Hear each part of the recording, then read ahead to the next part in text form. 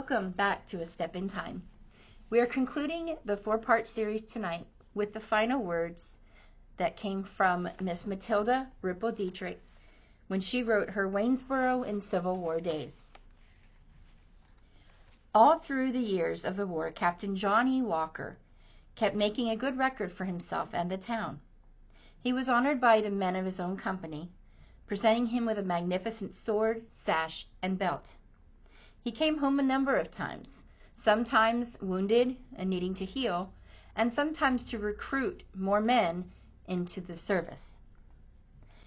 At last there came a day when he fell, and his body lies somewhere in the South.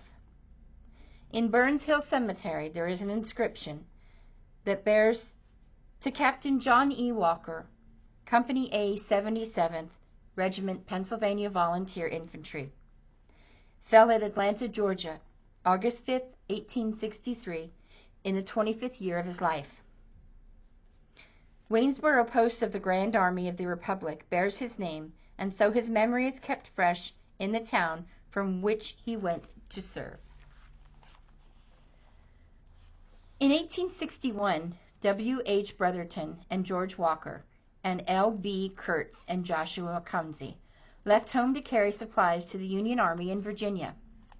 Tommy Cunningham was supposed to have gone with him.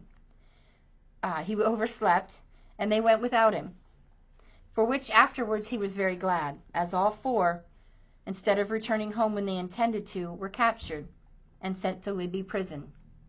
Will Brotherton, through the friendly efforts of a surgeon in the Confederate service, was taken from the close confinement and given less taxing duties, and after an imprisonment of 6 months, escaped. When he arrived in town, he told a friend to run to his wife's house and let her know he was in town, so she would not be shocked by his sudden return. For her two-year-old little boy had died, and the grief and anxiety had made her ill. The man rushed up the street, jumped over the fence, and hurried into the house. He said, "Sooty Barbara, when do you expect Will home?" She replied, "Well, I am looking for him all the time." He jumped up, flinging his hands in the air, and shouted, "Well, he's here now," at which Mrs. Brotherton collapsed to the floor. That would be quite the shock to have something like that happen. So, we are going to move ahead. You know, you can come in and you can get this and read this through its entirety if you like. Let's talk a little bit about the year drawing to a close. It had brought sorrow to many homes, for aside from the losses of war, there had been epidemics of scarlet fever and diphtheria, which caused many deaths. But Christmas was observed as usual. Stores were closed and suitable services were held in the Reformed Church in the morning, with sermon by Reverend Dr. Krebs. On December 26th, a shoot was held at Buena Vista Springs for one fat hog and a lot of turkeys.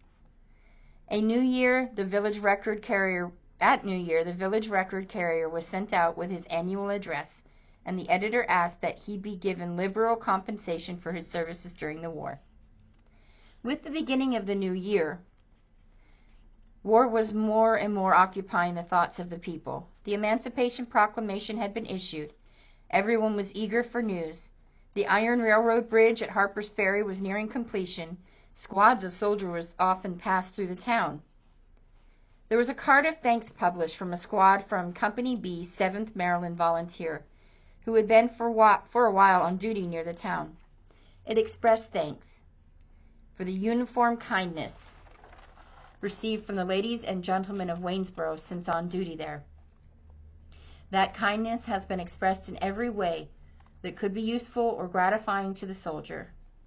We are all one at heart in this holy cause, although we are from another state.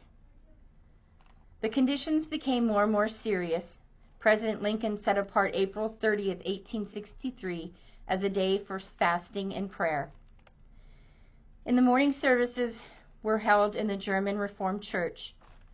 Soon after the celebration of church and the return from service of Company E soldiers, it became more frequent to see and hear alarms were sounding, warning the people of expected raids, for Lee had begun his invasion of the North. In June, for several days, Confederate soldiers were passing through the town. Most of them passed up Mechanic Street, for they were bound for Harrisburg. There was little sleeping done in many Waynesboro homes, and often the passing soldiers were watched from behind bowed shutters. During this day, sometimes the girls would gather at the home of a friend on Main Street. The girls all wore rosettes or streamers of red, white, and blue ribbons, or small flags pinned to their dresses. And the passing Confederate would sometimes call to the group, "Take off those flags." Others would notice them and say, "That's right, girls, show your colors." So much happened to this young lady. She saw so much. And so we just wanted to share a little bit about the history of Waynesboro through the eyes of a young lady. So thank you for listening through the course of these 4 recordings. And we will come back. Karen will bring you the next session of history in Waynesboro. And thanks for watching. Have a wonderful day.